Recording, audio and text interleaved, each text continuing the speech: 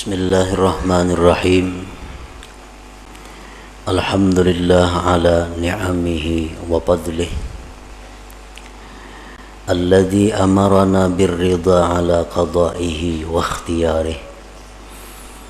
Ashhadu an la ilaha illallah wahdahu la syarika lahu fi uluhiyyatihi wa rububiyyatihi. Wa ashhadu anna sayyidana Muhammadan abduhu wa rasuluhu khairu khalqih. Sallallahu wa sallama ala sayyidina wa maulana Muhammadin nuri arsyih wa ala alihi wa ashabihi wa dzurriyyatihi wa atba'ih, amma ba'du. Yang kita hormati dan kita cintai para habaib, para alim ulama, muhibbin, hadirin hadirat rahimakumullah. Pertama-tama kita memanjatkan puji dan syukur kehadirat Allah Subhanahu wa ta'ala yang telah mengumpulkan kita bersama-sama di majelis yang penuh berkah ini. Dan semoga Allah selalu mengumpulkan kita di dalam tempat-tempat kebaikan dan takwa. Kemudian kita juga mengucapkan, menghaturkan puji dan syukur kehadiran Allah Subhanahu wa ta'ala yang mana sampai saat ini kita masih digolongkan dalam golongan orang-orang yang menuntut ilmu. Dan kita mohon doa kepada Allah agar sampai akhir hayat kita dimasukkan dalam golongan orang-orang yang menuntut ilmu. Salawat dan salam tidak lupa kita haturkan kepada junjungan kita Nabi besar Muhammad sallallahu alaihi wasallam dan kepada seluruh keluarga, para sahabat, zurriyat dan pengikut beliau sampai hari kiamat nanti.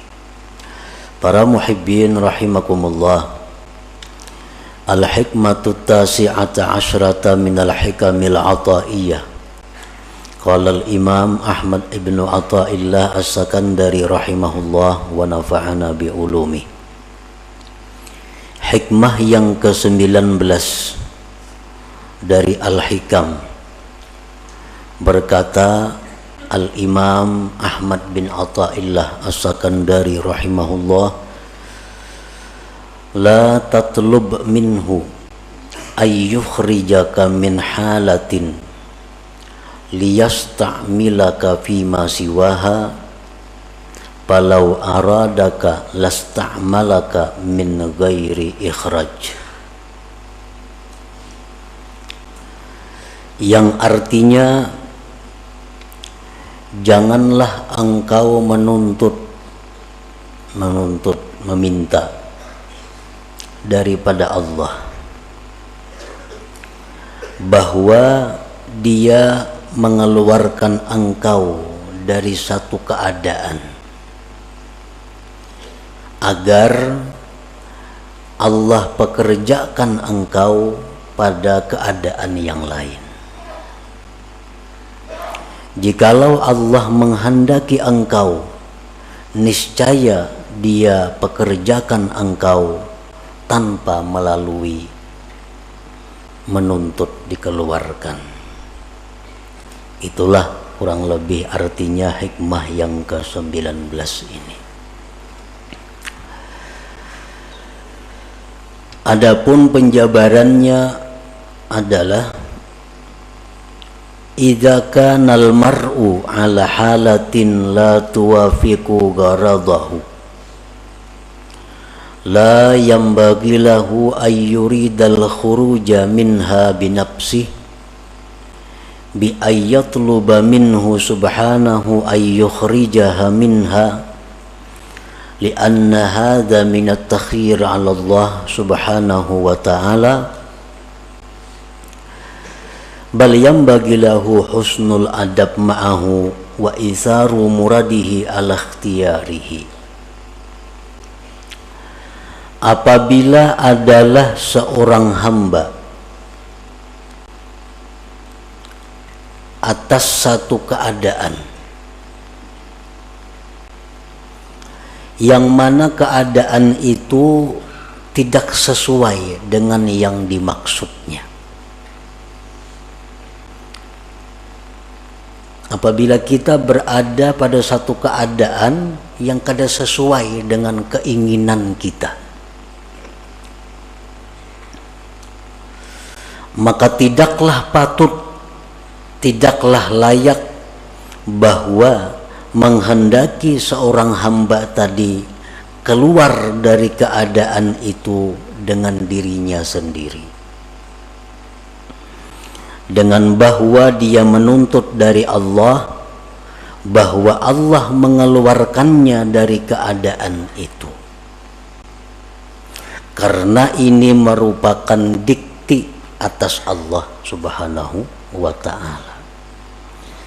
Bahkan sayogianya semestinya bagi dia berbaik adab beserta Allah dan mengutamakan apa yang dikehendaki Allah atas pilihannya itu sendiri.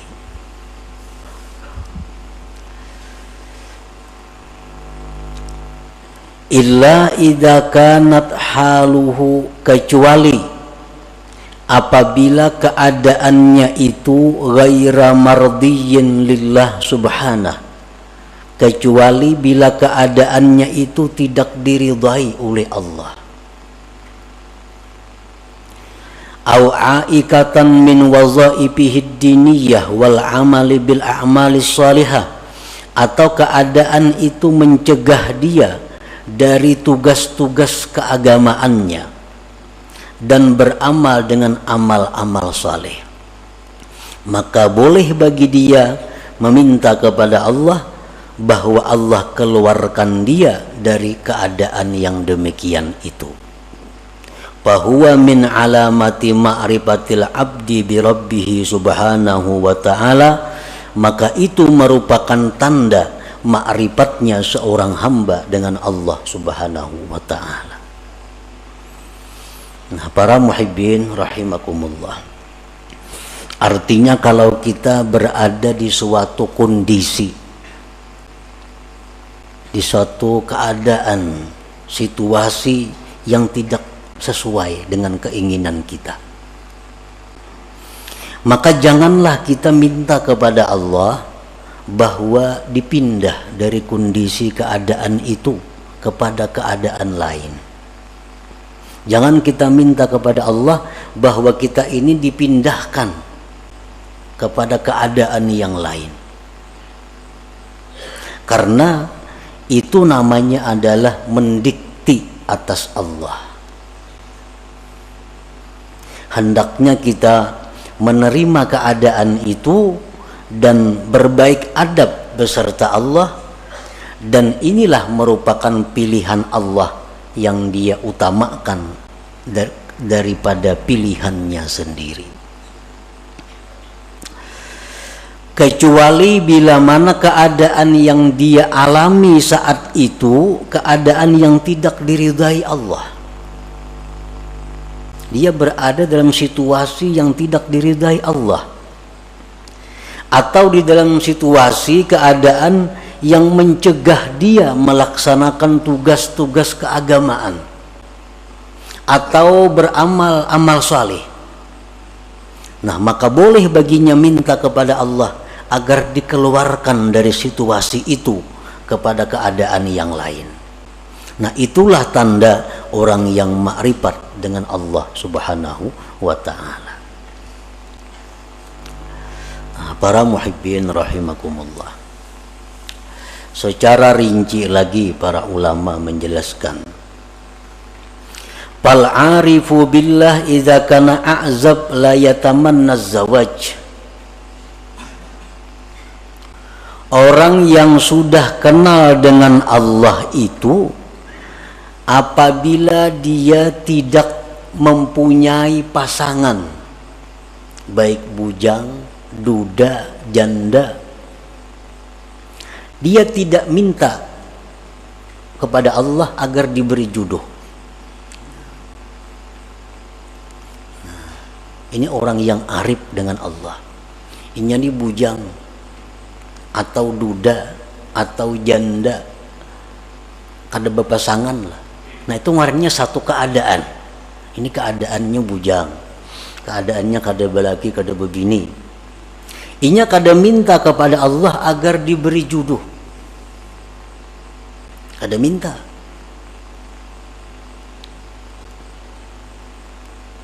Bahkan dia kelola itu keadaan dengan adab yang baik beserta Allah Subhanahu wa ta'ala.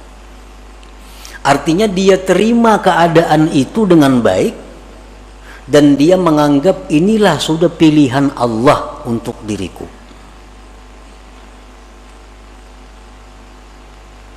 Nah, kecuali keadaan itu, keadaan membujang atau kada berpasangan tadi sudah mengganggu dia daripada ibadah kepada Allah. Sudah mengganggu dia untuk menjalankan tugas-tugas wirid-wiridnya. Orang kada berpasangan, banyak godaan-godaan, timbul kadang-kadang pikiran syahwat.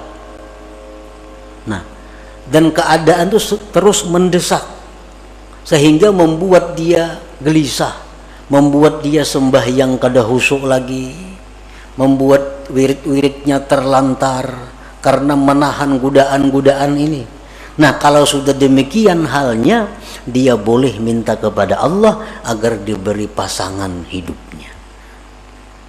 Nah, selama ibadahnya teratur baik, selama dia bisa menjaga diri dari hal-hal yang diharamkan, dia tidak akan minta jodoh kepada Allah, karena itu menganggap sudah pilihan Allah yang terbaik bagi dirinya. Nah, itu contoh orang bujang atau duda janda nang ma'rifat kepada Allah Subhanahu wa ta'ala. Jadi kada minta jodoh lawan Tuhan, apalagi mencari jodoh manusia ke situ kamari. Lawan Tuhan aja kada minta jodohnya.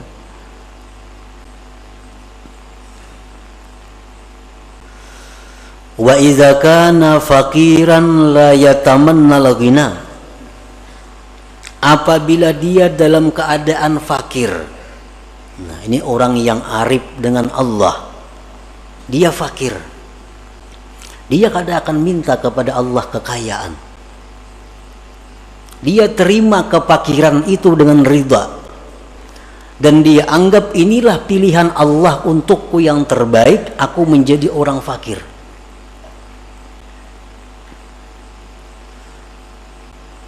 Nah, kecuali apabila sudah kefakiran itu membuat dia terganggu ibadah kepada Allah, apabila kefakirannya itu sudah menghalanginya berbuat amal-amal yang saleh, nah maka di saat itu dia bisa memohon kepada Allah agar dipindah daripada orang fakir menjadi orang yang berada atau orang kaya.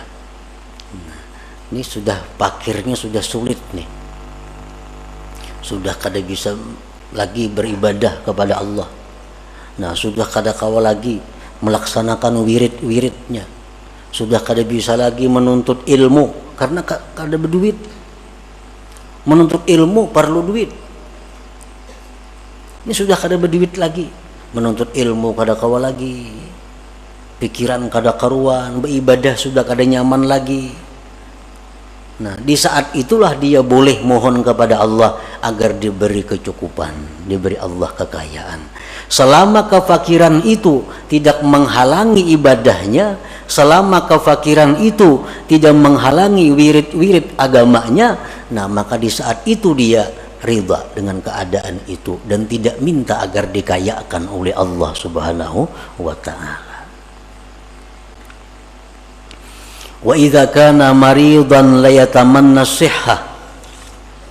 Apabila dia sakit, dia tidak ingin sihat. Dia tidak ingin sihat. Ini sakit. Tapi dalam keadaan bisa melaksanakan tugas-tugas keagamaan, bisa beramal saleh, sakit ini tidak akan diusahakan untuk disembuhkan, dan dia tidak akan minta kepada Allah kesembuhan.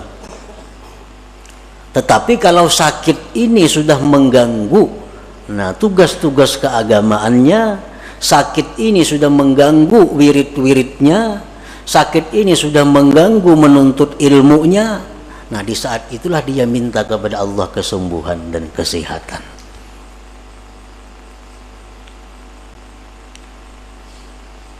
Nah demikian antara lain contoh-contohnya. Kalau kita dalam keadaan dan keadaan itu tidak kita senangi, keadaan itu tidak kita ingini, maka diamlah kita pada keadaan itu, ridhalah pada keadaan itu, jangan minta keadaan lain kepada Allah. Kalau kita masih bisa beribadah kepada Allah, kalau kita masih bisa melaksanakan tugas-tugas keagamaan kita, nah itulah tandanya orang yang ma'rifat dengan Allah Subhanahu wa ta'ala.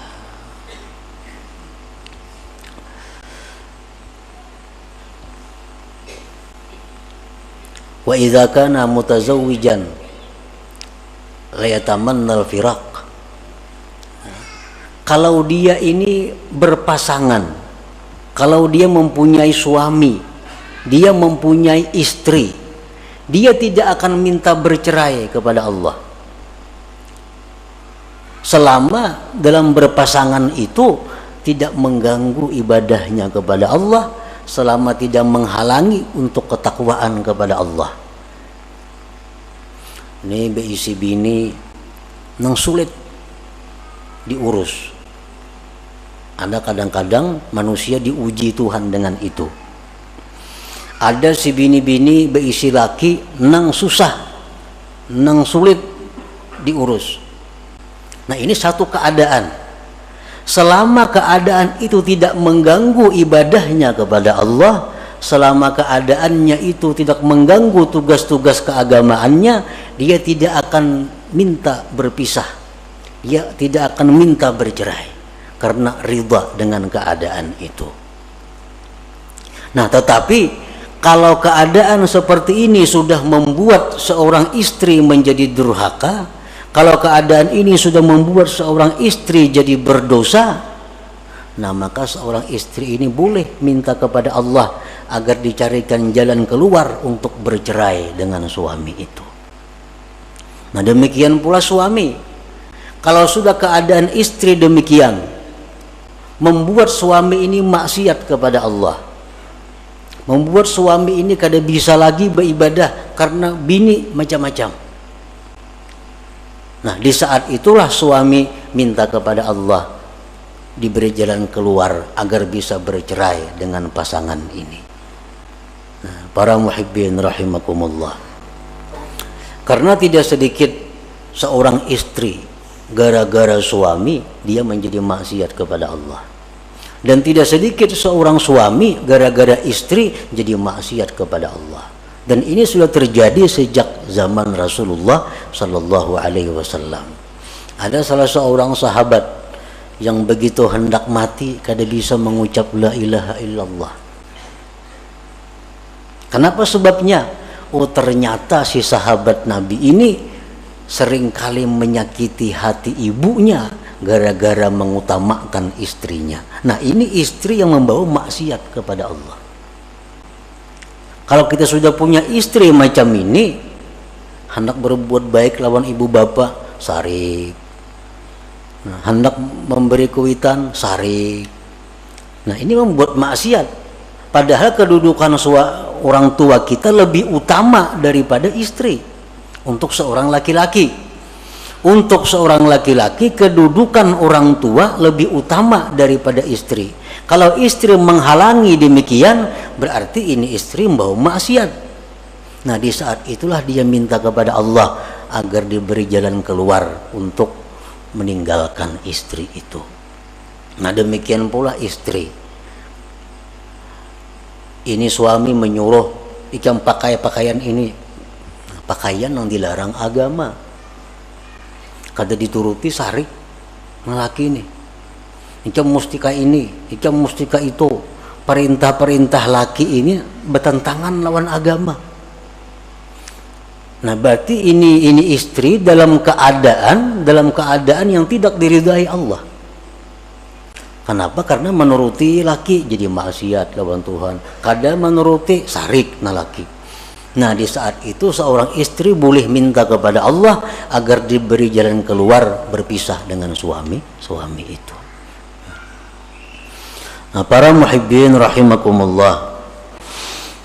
Jadi fal aqil ya'rif anna gharada khalqihi ala ibadatu wal ma'rifah kama qala Allah ta'ala wa ma khalaqtul jinna wal insa illa liya'budun fa ayyu syai'in ya'uqul ibadah wal ma'rifah yatlubu minallahi ta'ala ay yukhrijahu minhu wa ma la fala. Orang yang berakal dia mengetahui bahwa tujuan diciptakannya dia itu untuk ibadah. Orang yang berakal itu mengetahui bahwa tujuan Allah menciptakan dirinya itu untuk mengabdi kepada Allah. Allah berfirman, tidak aku ciptakan jin dan manusia melainkan untuk menyembah, mengabdi, beribadah kepadaku. Nah, maka sesuatu apapun yang menghalangi ibadah dan ma'rifat, maka dia akan minta kepada Allah dikeluarkan daripada keadaan itu. Nah, para muhibbin rahimakumullah. Jadi Allah menciptakan kita ini adalah untuk beribadah kepada Allah.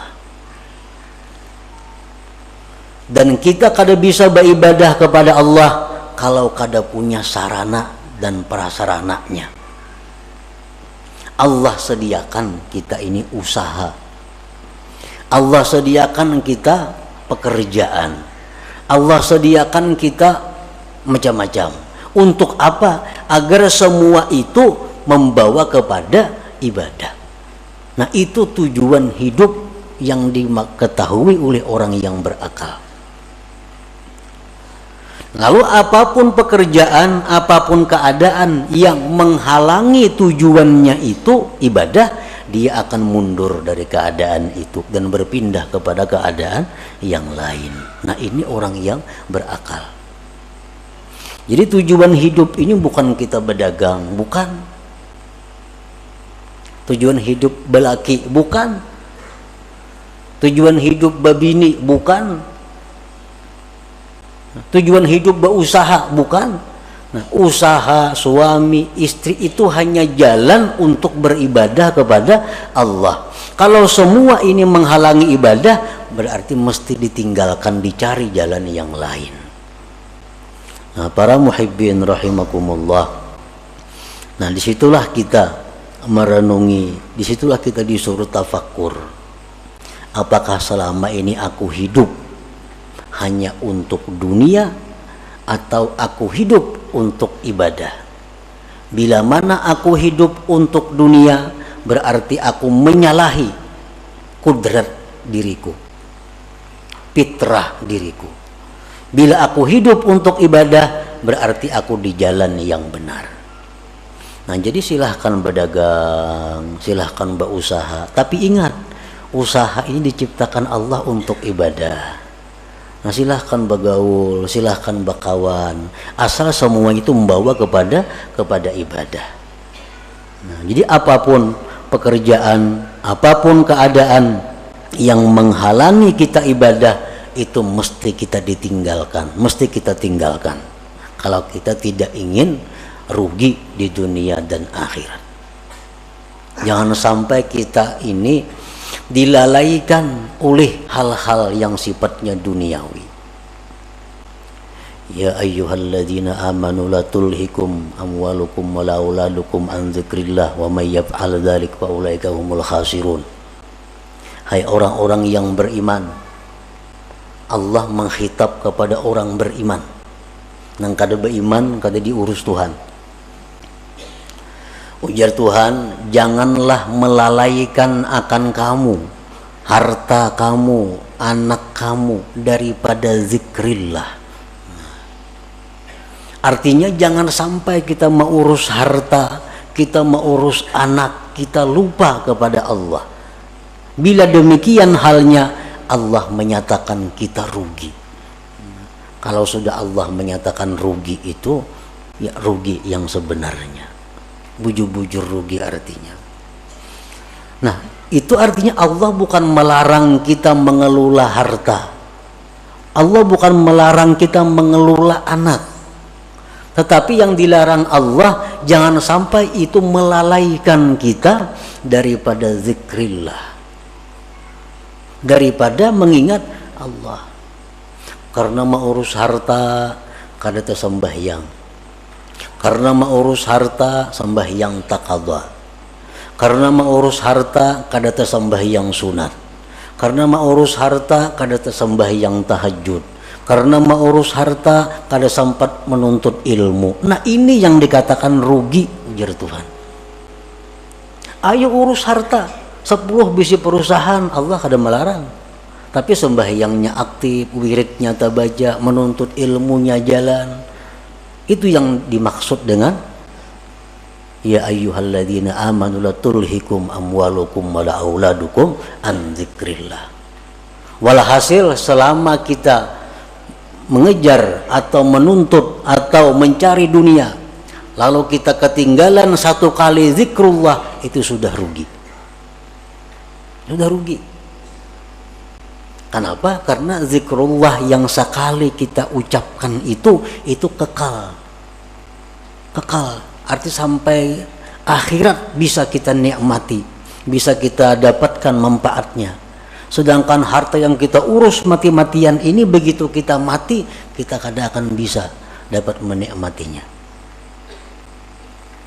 Nah, itulah yang dikatakan Nabi Sulaiman alaihissalam. Begitu Nabi Sulaiman ini pawai dengan kekayaan-kekayaannya, rakyat berkata, wah alangkah untungnya Sulaiman, alangkah hebatnya Sulaiman punya harta sedemikian.